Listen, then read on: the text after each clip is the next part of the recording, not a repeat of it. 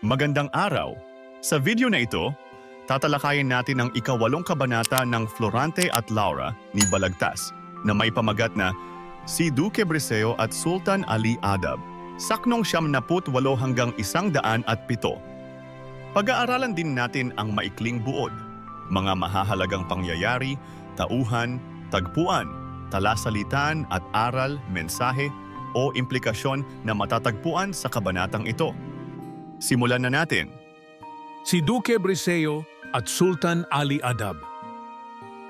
Sandaling tumigil itong nananangis, binigyang panahong luhay tumagistis, niyong naawang morong nakikinig, sa habag ay halos magputok ang dibdib. Tinutop ang puso at saka nagsaysay, kailan, aniya, luha ko'y bubukal ng habag kay ama at panghihinayang para ng panaghoy ng nananambitan? Sa sintang inagaw ang itinatangis, dahilan ng aking luhang nagbabatis. Yaoy nananaghoy dahil sa pag-ibig sa amang namatay na mapagtangkilik. Kung ang walang patid na ibinabaha ng mga mata ko'y sa hinayang mula, sa mga palayaw ni ama't aruga, malaking palad ko't matamis na luha. Ngunit ang nananahang maralitang tubig, sa mukat dibdib ko'y laging dumidilig, kay ama, ngangagaling dapuat sa bangis, hindi sa andukha at pagtatangkilik. Ang matatawag kong palayaw sa akin, ng ama ko'y itong ako'y paliluhin, agawan ng sinta, panasanasaing, lumubog sa dusat buhay ko'y makitil. May para kong anak na napanganyaya, ang layaw sa amay dusat pawang luha, hindi nakalasap kahit munting tuwa, sa masintang inang pagdakay na wala. Napahinto rito't narinig na muli ang panambitan niyong natatali na ang wika'y laurang aliw ni Ring Budhi, paalam ang abang kandong ng pighati.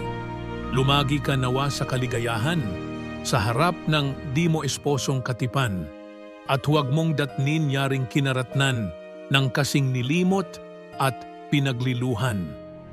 Kung nagbangis ka, maat nagsukab sa akin, mahal ka ring lubha dini sa panimdim.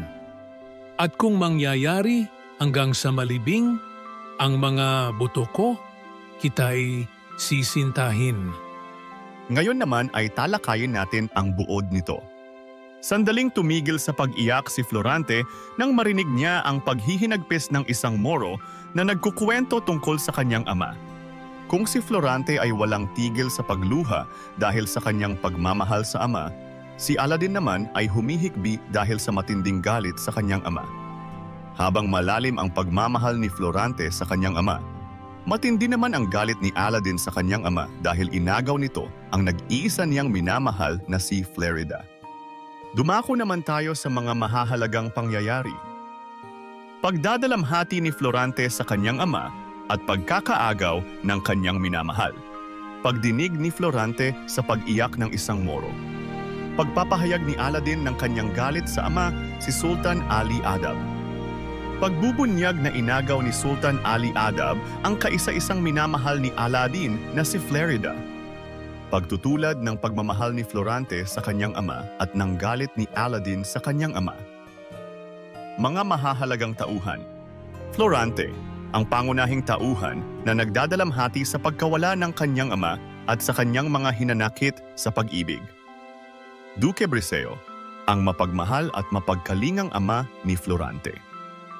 Aladdin, ang Moro na anak ni Sultan Ali Adab na naglalabas ng kanyang sama ng loob at puot sa ama dahil sa pag-agaw sa kanyang minamahal na si Florida.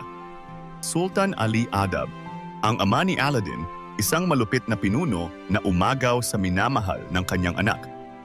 Florida, ang minamahal ni Aladdin na inagaw ng kanyang sariling ama. Dumako naman tayo sa tagpuan. Ang tagpuan ng kabanata ay sa isang madilim na gubat kung saan parehong nagdadalamhati sa kanilang mga sariling kasawian sina Florante at Aladdin. Ngayon naman ay talakayin natin ang mga talasalitaan na ginamit dito. Pagtangis, pag-iyak o pagluha na may kasamang hinanakit, nagbabatis, patuloy na umaagos na parang ilog, kadalasan tumutukoy sa luha, maralita, mahirap o salat sa yaman. Sinta, mahal o minamahal na tao. Nalimot, nakalimutan, pinagliluhan, pinagtaksilan o niloko.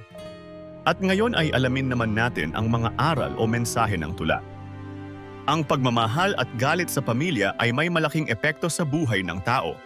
Ang pagmamahal ni Florante sa ama ay nagbigay sa kanya ng lakas, samantalang ang galit ni Aladdin sa kanyang ama ay nagdulot ng matinding pighati. Ang puot at galit ay may kakayahang wasakin ang puso ng tao. Ang galit ni Aladdin sa kanyang ama ay hindi lamang dahil sa pagkakait ng pagmamahal kundi dahil din sa pag-agaw sa kanyang minamahal, na nagpapakita kung gaano kahirap ang matinding galit na dala ng pagkakanulo ng isang taong inaasahan mong magmamahal sa iyo. At diyan nagtatapos ang ika-8 kabanata ng Florante at Laura, si Duque Briseo at Sultan Ali Adab. Ano ang natutunan mo dito? I-comment mo na ang iyong sagot. Inaanyayahan ka din namin na i-like, subscribe at i-click ang notification bell para lagi kang updated sa mga susunod naming videos. Hanggang sa muli, maraming salamat sa panonood.